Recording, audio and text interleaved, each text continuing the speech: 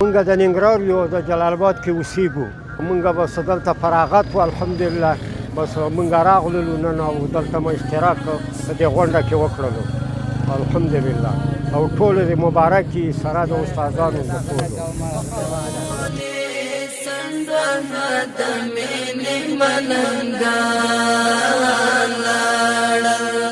څخه د زمونږ د خویندو د فراغت په مناسبت باندې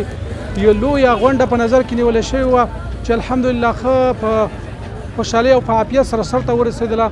او تقریبا د 150 په خواوشا کې زمونږ او ستاسو خویندې او زمونږ او ستاسو ورونه الله تعالی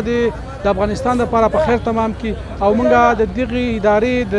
کارکونانو او همدارنګه د دغې علماو نه او د دې د اراکینو نه د زړه د تله مننه کوو کور یې ودان او بچی دې دوه نوسۍ مې دي دواړه فارغه شولې اوس او دا مې نوسۍ دي دا نوسۍ مې دي الحمدلله. ای د ایمان د مدرسې طالبې پټي پتمنې او مستوري خوږې په ترګمایو کې رپاند ډیوي په توبانو کې محصوري خوږې ای د ایمان د مدرسې طالبې. زمونږ ورور فارغېږي په مدرسه کې او د هغې خواله راغلي فراغت باندې او دغه ګاډی مو له ګلپوش کلی دی او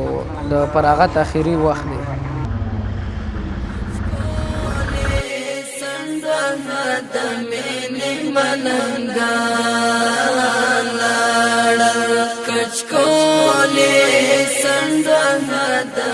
الحمدلله اسلام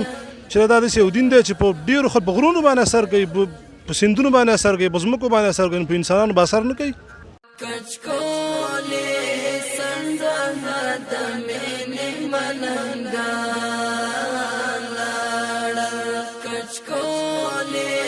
سندانه د مینې ملنګا